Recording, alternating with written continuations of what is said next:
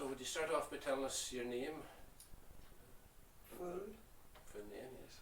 Olive Jean Elizabeth Johnson Reid, born at Greenmount on 1937, in October 1937. The youngest of two. My brother was Tom, who's no longer with us. And my father and my mother were there, of course, and a non-married uncle, a brother of my father's. And we did have a hired lady who would have helped to do outside work, mostly with hens and calves and things like that.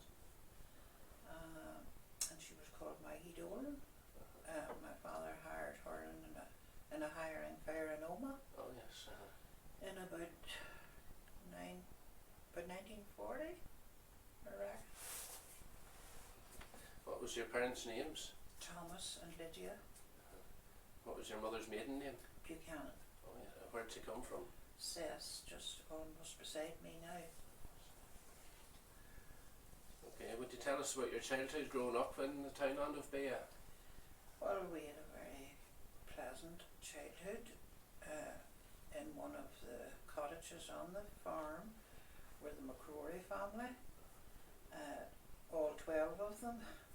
We felt a wee bit in the minority, but we had good fun, and we played together, and we walked the fields together, and we walked the river together, and the usual that children get up to. What other families lived around you in Beagh? Well, there were the McDowells. There were young people there, and in Beagh there wasn't very many more that we would have been really mixing with. Do you remember any stories of things that happened in the townland?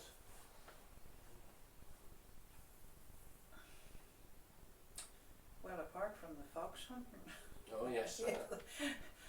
I can't really think of anything very exciting now. It was a very easygoing life. Yes.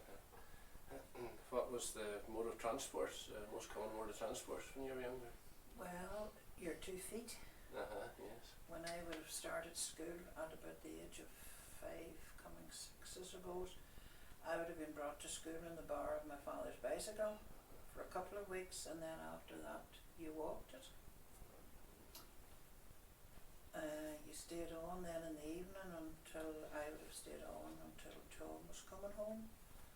And also on the road then were the fella Peter Lynn, who lived round the back of the farm, and there was Patricia, what do you call Barney, that lived round there? As you go forward to McDowell's, whose was that? Cassidy. Barney Cassidy. No, you mentioned him there no time. Barney Rice. Rice, Patricia Rice. She would have been coming from Seskinore Catholic School, as was Peter Lynn. And then there was Winnie McGahey, who was a cousin to the Pattersons, and her mother had died and she was reared really in Pattersons. And then there were the McCabe's on further down near Seskinore, and that was it. What changes has there been in wildlife over the years? Well, of course there were corn creeks, there were a lot of rabbits, foxes, badgers, who were very destructive on my mother's hens. Oh, I see, yes. Now and again there would be just a red out in one night. There was great interest in fishing in the river. We would have had very pleasant winter nights with the Reverend McKinney in his day, and my uncle that lived with us, he would go out with what they called a gaff. I'm sure it's illegal long years ago. And a torch, and they would come in laden with these huge big salmons. Oh yes. That was great excitement. They used foam turf, lit it, the light brought them to the Oh, I see. the bank. That attracted them. So, and you'd remember hearing the corncrake? Oh, I do indeed. Yeah, and the smell of the nice fresh mown hay down in the meadow. If you were coming walking up the avenue at night, summer night. When do you think is the last time you heard a corncrake? I would say I haven't heard a corncrake maybe since, well, I would say the early 1950s. I can't think I did now. No, and well, we had the cuckoo, of course. Oh yes. And owls? And owls, yes, we had several owls. And they swoop just at nightfall. And if you were out walking, even at dusk, you know, they were beautiful birds. Beautiful birds. What about squirrels? Not many. No. No, we did not have many squirrels. No. Curlews? Yes, curlews and cranes that come up from the river. They're still there. Are they? They came in. Remember them? They dictated the weather forecast, I think, Oh yes. for the older generation.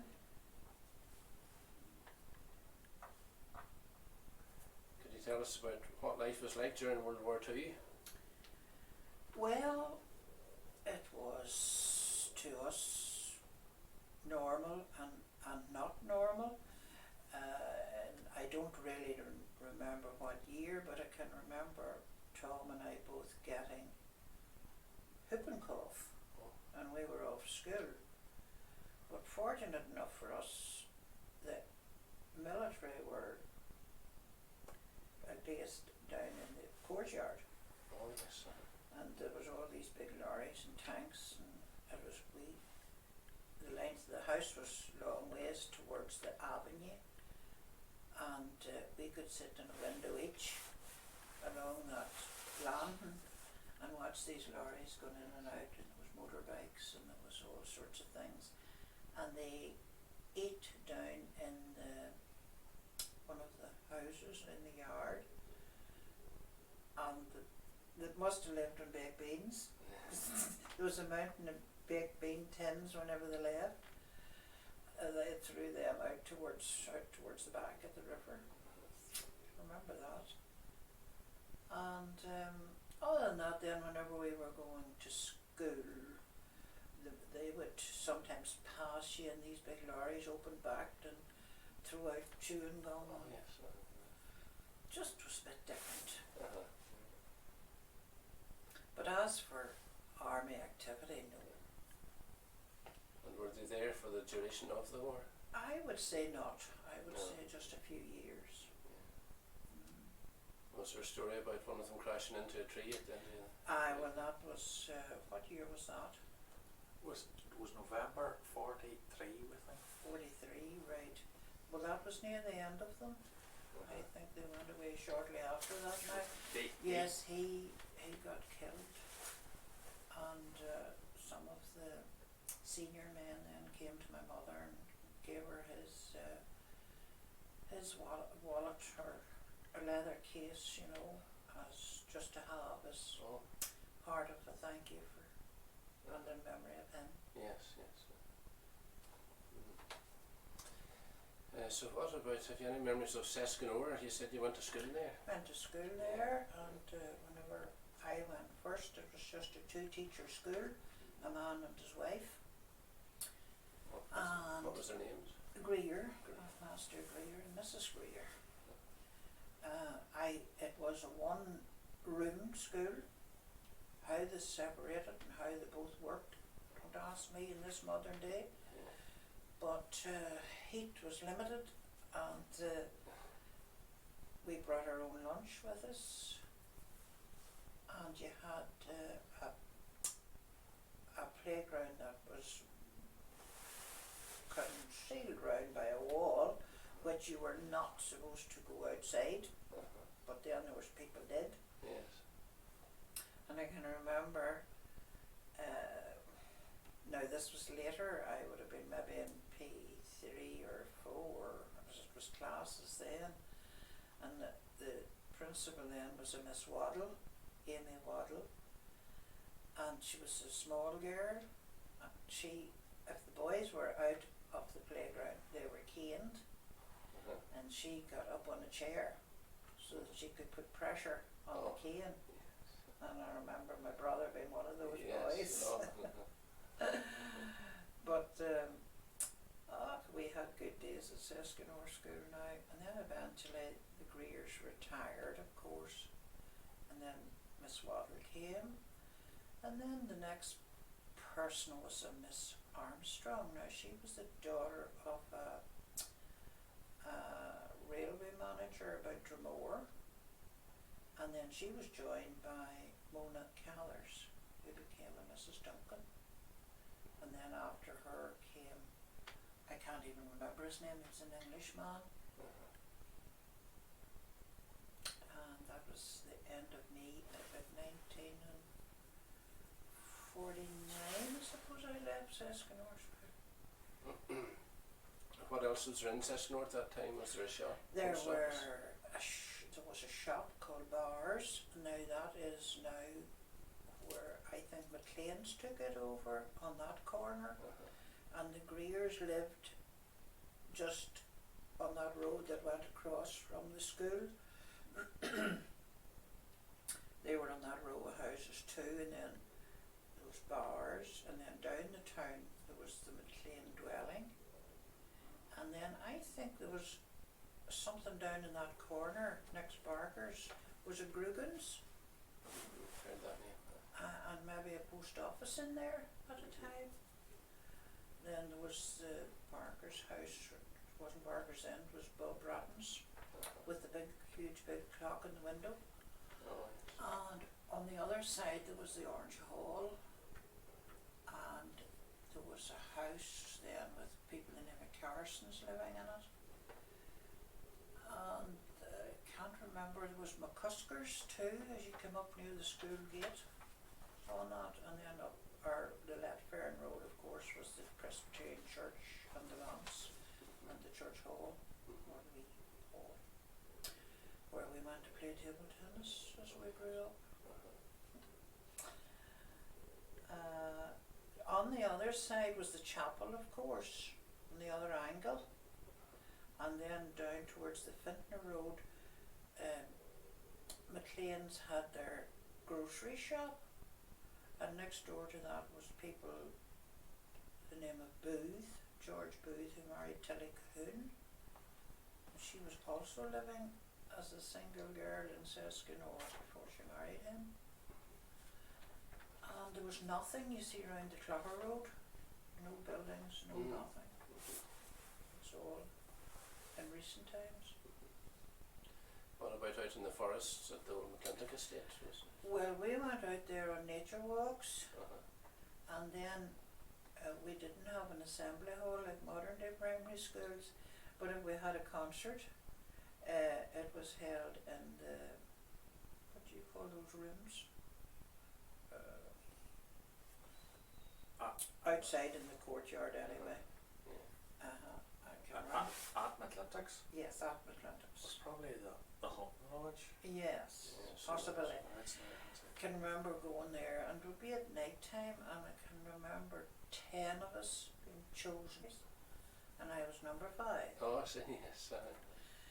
And we walked home to Greenmount Yeah. afterwards. That was the highlight of our entertainment at school. The minister came in, of course. Usually the Church of Ireland minister came in maybe a morning in the week. And that was that. So you've probably spent a lot of time talking about the weather over the years. What changes do you think there's been in the weather? Well, the weather's changed in a very big way, because I can remember walking to school with my bare feet, and the road wasn't wonderful either. It would have been plenty of potholes then and nobody complaining. But that road, the Letfern Road, was just a show of the most beautiful raspberries ever you seen or tasted. I can remember doing my best at the lower level, being one of the younger ones, and somebody picking above me and saying that's what it is to be tall. Yes. But we put in a lot of our time now on the road on the way home in the evening. I could tell you there was a lot of raspberries to be eaten and blackberries and all that, plus the playing and running maybe back as far as we ran forward. Yes. But it was all good. We never had, there was no fighting, there was no disruption of any description. And then eventually we became the proud owners of 2 bicycles. That was, but we weren't allowed to leave them at school. They had to be left at a house out the Clougher Road, owned by Wilsons. So that was that. And we came home then all different roads when we got the bicycles. Oh, yes. We used to come out to Malya and come up that road, and we used to go out the Clougher Road to the Clougher Point and come up that road to the Greenmount Cross. We were very adventurous. Yes, that was a real adventure then. It was. Yeah. You could do your own thing. And there was always food waiting on you when you came home, and mother was always there, or else there was, it was next to the end of the world if she wasn't. Yeah. But And do you remember any extreme weather over the years, any big storms? I remember the 1947 snowfall, Mm-hmm. which we were off school for weeks, literally weeks. And Tom and I he was all into adventures anyway, and he would set up a sand riddle, prop it up with a stick, and then he would put some animal feed on a slate, and he'd get inside an open window, and then whenever the wee birds would pop in there, he would pull the string that was attached to the riddle, and the birds would go out. But like, he always let them away, Yeah. but it was something to be at. Yeah, something Something interesting. But that snowfall was horrendous, and in my estimation there hasn't been anything like it since.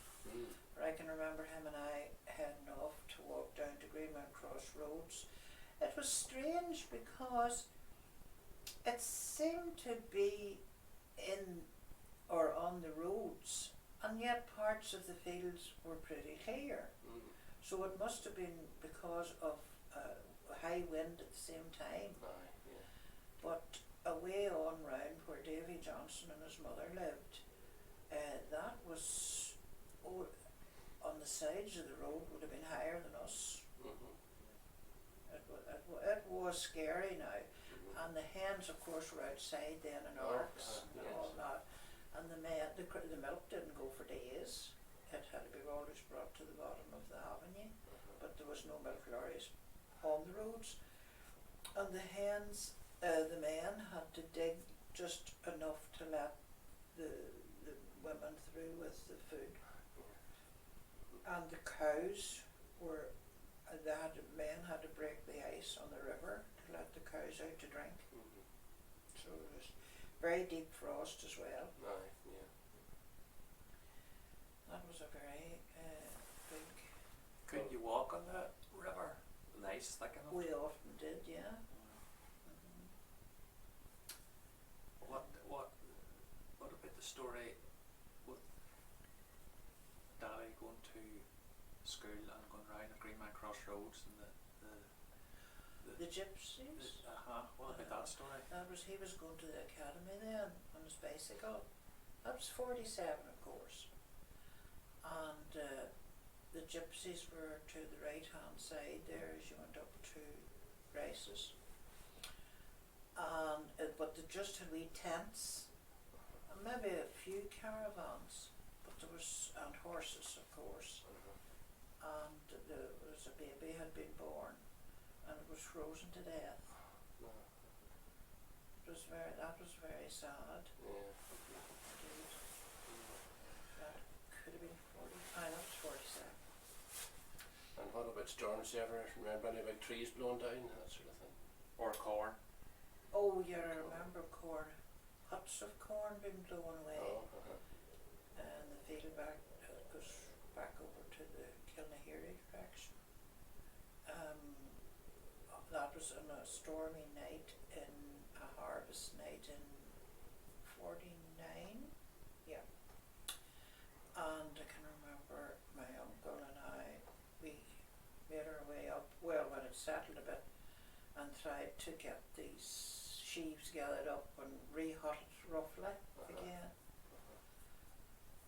That was a bad storm. And Tom was at Greenmount then at the college, so he wasn't about. Did you go on any holidays when you were children? My mother and Tom and I would have gone to Bundoran by train. We went down into Fitna. Could be brought in there probably in Pony and Trap, and then you got the horse tram out to Fitna Junction, and you got the GNR then to Bundoran Junction, and then you got another smaller train into Bundoran, I think, as far as I remember. Holidays were not the same then as now. You know, you had a terrible lot of walking, but it was good. I have to say it was good, but it was really, the facilities weren't too hot. Where would you have stayed? We stayed in the main street, people the name of Hudson's, and I can remember well even sharing a room with another lady. Yeah. And I mean, three of us would have been in the one room because we were only children. But she was a single lady from Auchnacloy, and I can remember my mother and her, and there was no bank cards then, and any bit of money that they had, they pinned it to their vests Yes. at night to keep it safe. Yes. And there would have been a lot of older people staying in that house, old Irish labourers, I suppose. Don't know how or why, but they seemed to sit up to all hours of the night telling these very tall stories, I would call them, you know, amusing themselves and amusing other people. Yes. But and I can remember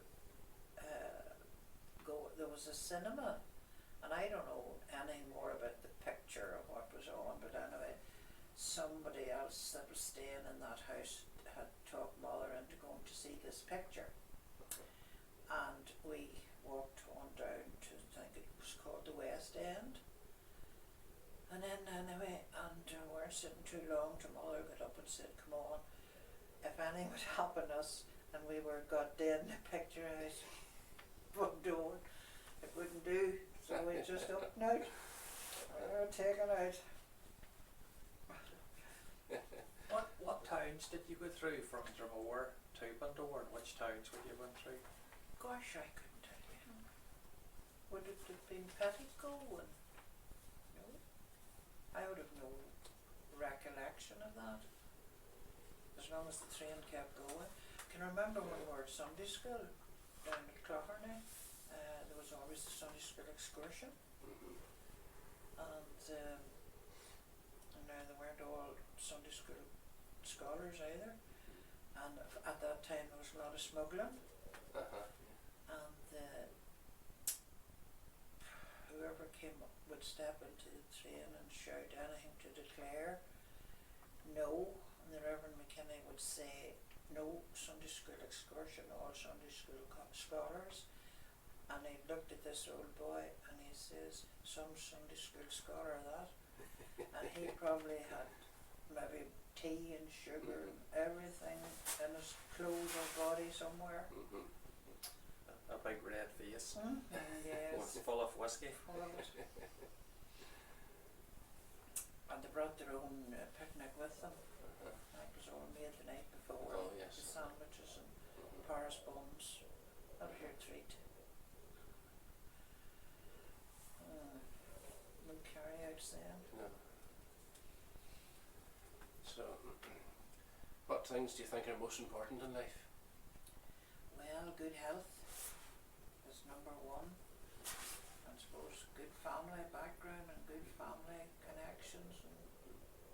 good friends that you make along the way.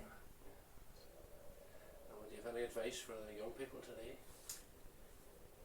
Well, I suppose just to try, well, I'm all for education and using it properly. And you know they have to move on and become self-sufficient a lot younger in life than we did. Mm-hmm. Having said that, I was married when I was 21 and I had no regrets. I would do it all again. Yeah. But it's nice to look back and think you made wise decisions. Yes.